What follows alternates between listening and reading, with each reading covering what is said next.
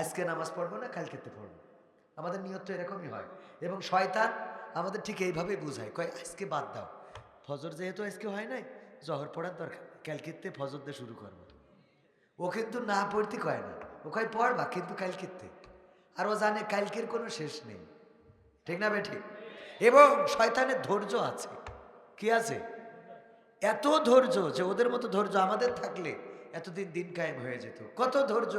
দেখেন একটা মানুষ নামাজ পড়ে, মসজিদে যায়, 5 ওয়াক্ত বা জামাত নামাজ পড়ে, একজন ইমাম, হাফেজে কোরআন, মুহাদ্দিস, মুফতি, মুহতামিম, মাদ্রাসার প্রিন্সিপাল, ভাইস প্রিন্সিপাল, যাই হোক না কেন, শয়তানের এরা মনে হয়েছে কখনো যে ও যেহেতু চেষ্টা করলাম তারপরে মাদ্রাসার প্রিন্সিপাল হয়ে গেছে, ওর আর ধোকা দেবে না, ও জাফারে করি বেড়াক।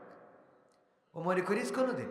ওর কোনোদিন মনে হয়নি ও ওই চেয়ারের তলে বসে থাকবে, একবার ঘাড়ের পর ওঠে, একবার কাঁধের পর ওঠে, একবার বলে মেয়েটা বলো সুন্দরী আছে, ঠিক না বে ঠিক?